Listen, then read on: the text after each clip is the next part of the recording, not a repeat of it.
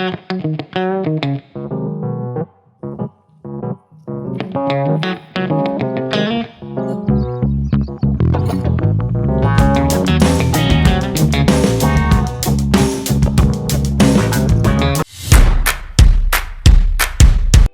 Oil ಮಾಡ್ತಾಯಿದ್ದೀನಿ. ಮೆಂತ್ಯಕಾಳು 1 spoon ತೊಗೊಂಡಿದ್ದೀನಿ, ಕರಿಬೇವು ಬೇವಿನ ಸೊಪ್ಪು, ಕರಿಬೇವು ಮತ್ತು ಒಂದು ಕೋಕೋನಟ್ ಪೌಡರ್ ತೊಗೊಂಡಿದ್ದೀನಿ. ಈ 4 ಹಾಕಿ ಹೇರ್ ಆಯಿಲ್ ಮಾಡ್ತೀನಿ.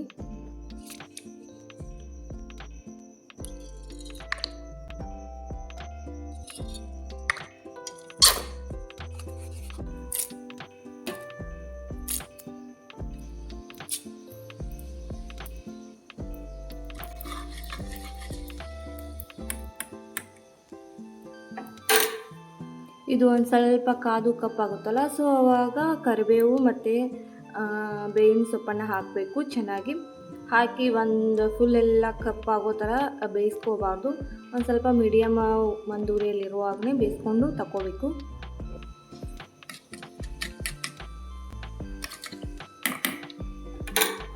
ಇವಾಗ ಬೇವಿನ ಸೊಪ್ಪು ಹಾಕ್ತಾಯಿದ್ದೀನಿ.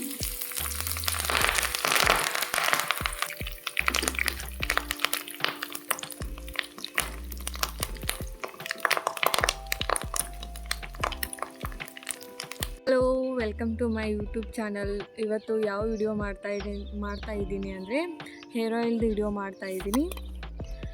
ಸೊ ಹೇರ್ ಆಯಿಲ್ ಯಾಕೆ ಮಾಡ್ತಾಯಿದ್ದೀನಿ ಅಂದರೆ ಇವಾಗ ಸರಿಯಾಗಿ ಅಂದರೆ ಪ್ರೆಗ್ನೆನ್ಸಿ ಟೈಮಲ್ಲಿ ಜಾಸ್ತಿ ತಲೆ ತೊಳಿಬಾರ್ದು ಅಂಥೇಳಿ ಸೊ ಜಾಸ್ತಿ ತಲೆ ತೊಳ್ದಿಲ್ಲ.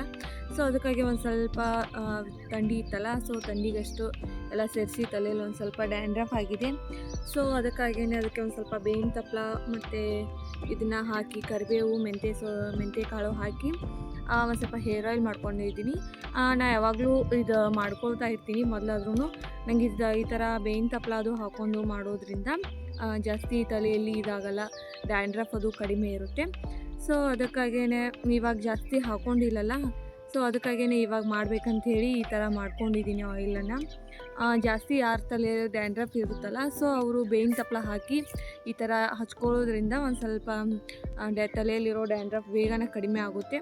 ಪ್ರತಿ ವೀಕು ಒಂದು ವಾರದಲ್ಲಿ 1-2 ಸಲ ಹಚ್ಕೊಳ್ಳೋದ್ರಿಂದ ಕಡಿಮೆ ಆಗ್ತಾ ಹೋಗುತ್ತೆ ಬರ್ತಾ.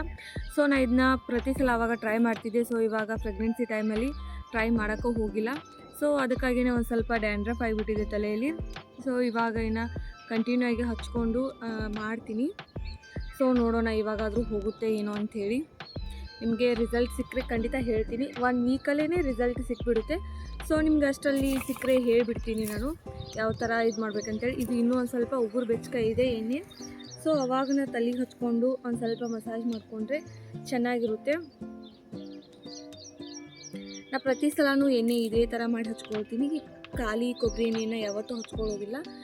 ಹಚ್ಕೋದಾದ್ರೂ ಕೊಬ್ಬರಿ ಎಣ್ಣೆ ಒಂದು ಸ್ವಲ್ಪನ ಕಾಯಿಸಿ ಅದನ್ನ ತಲೆಗೆ ಹಚ್ಕೊಳ್ತೀನಿ. ಯಾಕಂದರೆ ಬ್ಲಡ್ ಸರ್ಕ್ಯುಲೇಷನ್ ಚೆನ್ನಾಗಾಗುತ್ತೆ ತಲೆಯಲ್ಲಿ. ಸೊ ಈ ಥರ ಹಚ್ಕೊಂಡು ಚೆನ್ನಾಗಿ ಮಸಾಜ್ ಮಾಡ್ಕೋಬೇಕು. ಯಾವತ್ತೂ ಒಂದು ಸ್ವಲ್ಪ ತಲೆಗೆ ಎಣ್ಣೆ ಹಚ್ಕೊಂಡು ಮುಂಜಾನೆ ಟೈಮ್ ಹಚ್ಕೋತೀವಲ್ಲ, ಹಚ್ಕೊಂಡು ಬಿಸಿಲಿಗೆ ಕುತ್ಕೊಂಡ್ರೂ ತುಂಬಾ ಚೆನ್ನಾಗಿರುತ್ತೆ. ಮತ್ತು ತಲೆನೂ ಒಂದು ಸಲ ಟ್ರೈ ಮಾಡಿ ನೋಡಿ ಈ ಥರ ಹಚ್ಕೊಂಡು. ಇವಾಗ ಟೈಮ್ ಎಷ್ಟು 9 ಆಗಿದೆ. ಸಖತ್ ಬಿಸಿಲಿದೆ, 9 ಗಂಟೆ ಇದ್ರೂ.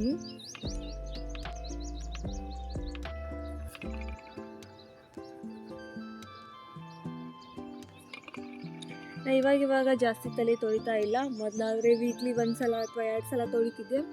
ಬಟ್ ಇವಾಗ ಪ್ರೆಗ್ನೆನ್ಸಿ ಟೈಮಲ್ಲಿ ಜಾಸ್ತಿ ತಲೆ ತೊಳೆಯೋಕ್ಕಾಗ್ತಾಯಿಲ್ಲ. ಅಂದರೆ ಅದರಲ್ಲೂ ಒಂದು ಸ್ವಲ್ಪ ಜಾಸ್ತಿ ಬಂದುಬಿಟ್ಟಿದ್ದಾವೆ ಕೂದಲು. ನಂಗೆ ಮೊದಲಾದರೆ ಇಷ್ಟೊಂದು ಕೂದಲು ಬಿಡ್ತಾನೆ ಇದ್ದಿದ್ದಿಲ್ಲ ನಾನು. ಇಷ್ಟು ಲಾಸ್ಟ್ ಎಷ್ಟು ಕೂದಲು ಅಂದರೆ ನಂದು ಇಷ್ಟೇ ಕೂದಲು. ಬಟ್ ಇಷ್ಟು ಕೂದಲೆಲ್ಲ ಜಾಸ್ತಿ ಇದ್ದಾವೆ. ಇನ್ನೆಲ್ಲ ಡೆಲಿವರಿ ಎಲ್ಲ ಮುಗಿದ ಮೇಲೆ ಆವಾಗ ಕಟ್ ಮಾಡಿದರೆ ಆಯಿತು. ಸೊ ಇವಾಗೇನು ಕಟ್ ಮಾಡೋದೇನು ಚಾನ್ಸೇ ಇಲ್ಲ. ಕೇಳ್ತಾ ಇದ್ದೀನಿ ನಮ್ಮ ಅಮ್ಮನಿಗೆ ಕಟ್ ಮಾಡ್ತೀನಿ ಅಂಥೇಳಿ. ಸೊ ಮಾಡಬಾರ್ದು ಅಂಥೇಳಿ ಹೇಳ್ತಾ ಇದ್ದಾರೆ. ಸೊ ನನಗೂ ಅಷ್ಟು ಗೊತ್ತಿಲ್ಲ, ನೋಡಬೇಕು. ಯಾರಾದ್ರೂ ಕೇಳಿ ಒಂದು ಸ್ವಲ್ಪ ಕಟ್ ಮಾಡಬೇಕು. ಯಾಕಂದರೆ ಕೂದಲು ಜಾಸ್ತಿ ಆದರೆ ಈ ಥರ ಬಾಚ್ಕೊಳ್ಳೋಕ್ಕೆ, ಎಣ್ಣೆ ಹಚ್ಕೊಳ್ಳೋಕ್ಕೆ ತುಂಬಾ ಕಷ್ಟ ಆಗುತ್ತೆ. ಮತ್ತು ಇವೆಲ್ಲ ಕೂದಲು ಚಿಗುರು ಹೊಡಿತಾವೆ ಅಂತ ಹೇಳ್ತಲ್ಲ, ಸೊ ಆ ಥರ ಆಗಿಬಿಡ್ತವೆ ಜಾಸ್ತಿ ಕೂದಲು ಬಂದರೆ ನಾನು. ಸೊ ಅದಕ್ಕಾಗಿ ನಾನು ಜಾಸ್ತಿ ಕೂದಲನ್ನು ಬಿಡೋದಿಲ್ಲ.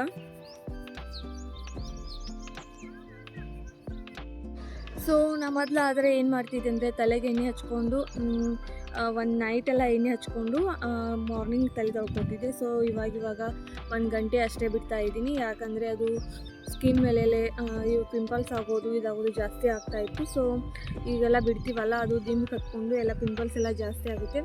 ಸೊ ಅದಕ್ಕಾಗಿಯೇ ನಾನು ಒಂದು ಸ್ವಲ್ಪನೇ ಏನು ಮಾಡ್ತೀನಿ, ಮಾರ್ನಿಂಗ್ ಹಚ್ಕೊಂಡು 1 ಗಂಟೆ ಬಿಟ್ಟಿರ್ತೀನಿ ತಲೆಗಷ್ಟೇ. 1 ಗಂಟೆ ಬಿಟ್ಕೊಂಡು 1 ಗಂಟೆ ಅಥವಾ 2 ಗಂಟೆ ಬಿಟ್ಕೊಂಡು ಆಮೇಲೆ ಏನು ಮಾಡಿಬಿಡ್ತೀನಿ, ತಲೆ ತೊಳ್ಕೊಂಡ್ಬಿಡ್ತೀನಿ.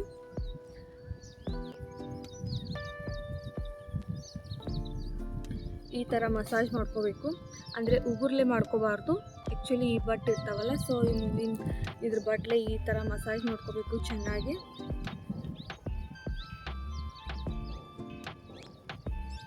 ಒಂದು ಹಾಫ್ ಆ್ಯನ್ ಅವರ್ ಆದ್ರೂ ಮಸಾಜ್ ಮಾಡ್ಕೊಳ್ಳಿ, ತುಂಬ ಚೆನ್ನಾಗಿರುತ್ತೆ. ಟೈಮ್ ಸಿಕ್ಕರೆ ನಿಮಗೆ. ನನಗೆ ಟೈಮ್ ಇದೆ, ಸೊ ನಾನು ಮಾಡ್ಕೊಳ್ತಾ ಇದ್ದೀನಿ.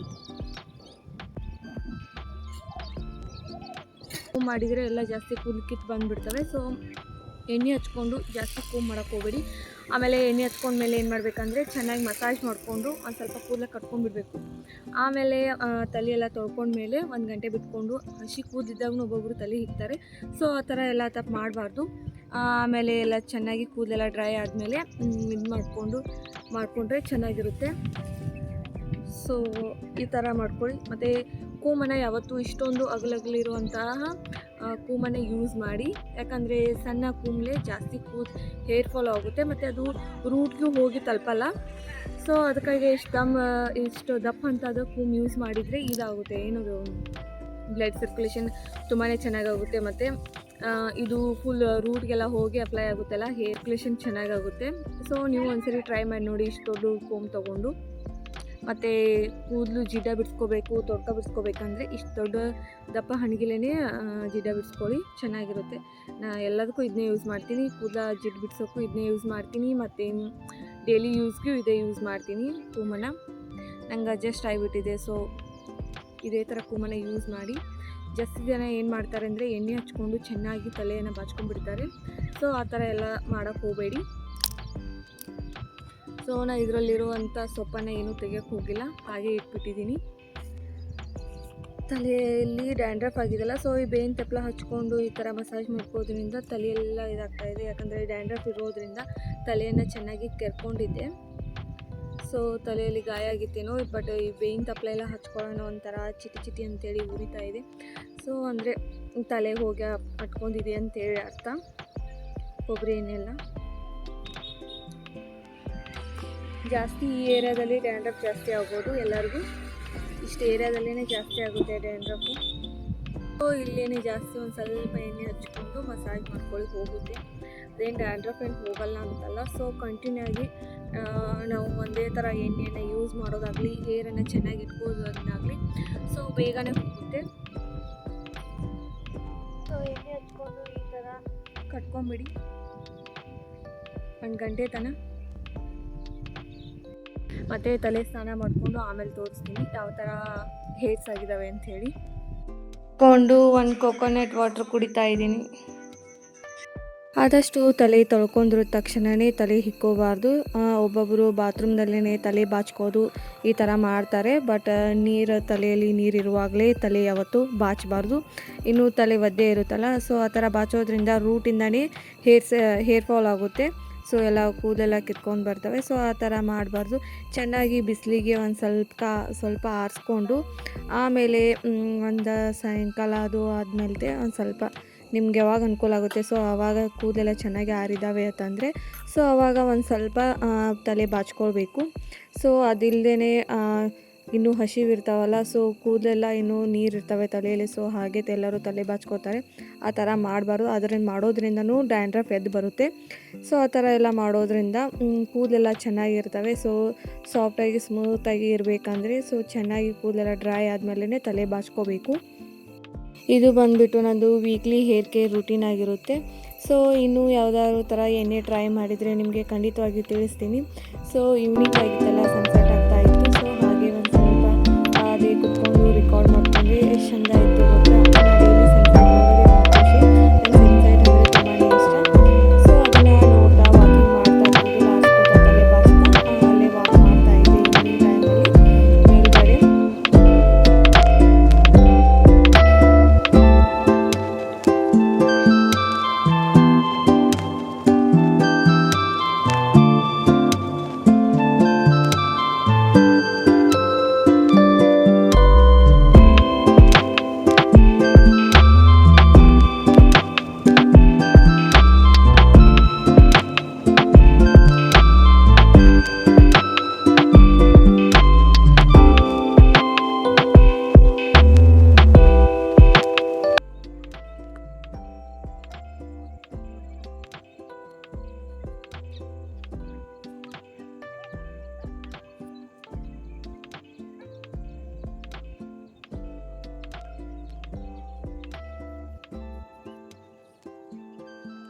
ಬೆಳಗ್ಗೆ ಎದ್ದ ತಕ್ಷಣವೇ ನಮ್ಮ ಅಣ್ಣ ಅಂಗಳಕ್ಕೆಲ್ಲ ನೀರು ಹಿಡಿತಾ ಇದ್ದ. ಸೊ ಹಾಗೆ ನಾನು ವಾಕ್ ಮಾಡ್ತಾ ಇದ್ದಲ್ಲ, ಹಾಗೆ ವಿಡಿಯೋ ಮಾಡ್ಕೊಂಡೆ. ಅಂದರೆ ಬೆಳಗ್ಗೆ ಲೈಟ್ ಇದ್ದಾಗ ಗಿಡಗಳಿಗೆಲ್ಲ ಚೆನ್ನಾಗಿ ನೀರು ಬಿಡೋದು ಮತ್ತು ಅಂಗಳಕ್ಕೆಲ್ಲ ನೀರು ಹಿಡಿಯೋದು ಇದೊಂದು ಡೈಲಿ ರೂಟೀನ್ ಆಗಿರುತ್ತೆ ಹಳ್ಳಿ ಸೈಡು. ಸೊ ನಮ್ಮ ಮನೆ ಮುಂದೆನೇ 2 ಪೇರು ಗಿಡ ಹಚ್ಚಿದ್ದಾವೆ ಮತ್ತು 2 ಎಳ್ನೀರು ತೆಂಗಿನ ಗಿಡಗಳು ಮತ್ತು ಎಲ್ಲ ಥರ ಗಿಡಗಳಿದ್ದಾವೆ. ಸೊ ಅವಕ್ಕೆಲ್ಲ ನೀರು ಬಿಡಬೇಕಲ್ಲ. ಸೊ ಇವಾಗ ಒಂದು ಸ್ವಲ್ಪ ಚಳಿ, ಇನ್ನು ಬೇಸಿಗೆ ಸ್ಟಾರ್ಟ್ ಆಯಿತು. ಒಂದಿನ ಬಿಟ್ಟು ಒಂದಿನ ನೀರು ಬಿಡಲೇಬೇಕು ಗಿಡಗಳಿಗೆ, ಇಲ್ಲಾಂದರೆ ಗಿಡಗಳೆಲ್ಲ ತುಂಬಾ ಹಾಳಾಗಿ ಹೋಗ್ಬಿಡ್ತವೆ. ನೀರು ಇರ್ಲಿಕ್ಕರ ಎಲ್ಲ ಬಾದಾಗಿ ಹೋಗ್ಬಿಡ್ತವೆ. ಸೊ ಅದಕ್ಕಾಗಿಯೇ ಒಂದಿನ ಬಿಟ್ಟು ಒಂದಿನ ಗಿಡಗಳಿಗೆಲ್ಲ ಚೆನ್ನಾಗಿ ನೀರು ಬಿಡ್ತೀವಿ. ಸೊ ನಮ್ಮ ತೋಟದಲ್ಲಿ ತುಂಬಾ ಪೇರು ಗಿಡ ಆಗಿದ್ದು. ಇವು ಮನೆ ಮುಂದೆ ಇರೋದು 2 ಪೇರು ಗಿಡ, ಬಟ್ ಒಂದು ಪೇರು ಗಿಡ ಆಗ್ತಾ ಇದ್ದಾವೆ, ತುಂಬಾ ಚೆನ್ನಾಗಿ ಕಾಯಿ ಬಿಡ್ತಾ ಇದ್ದಾವೆ. ಸೊ ಯಾಕಂದರೆ ಒಂದಿನ ಬಿಟ್ಟು ಒಂದಿನ ನೀರು ಬಿಡೋದು ಮತ್ತು ತಿಂಗಳಲ್ಲಿ ಒಂದು ಸಲ ಗೊಬ್ಬರ, ದನದ ಕೊಟ್ಟಿಗೆ ಗೊಬ್ಬರ ಹಾಕೋದು, ಈ ಥರ ಮಾಡೋದ್ರಿಂದ ಚೆನ್ನಾಗಿ ಹಣ್ಣುಗಳು ಹೂಗಳು ಎಲ್ಲ ಚೆನ್ನಾಗಿ ಬಿಡ್ತವೆ. ಸೊ ಇದು ಹಳ್ಳಿ ಸೈಡು ಮಾರ್ನಿಂಗ್ ರೂಟೀನ್ ಆಗಿರುತ್ತೆ.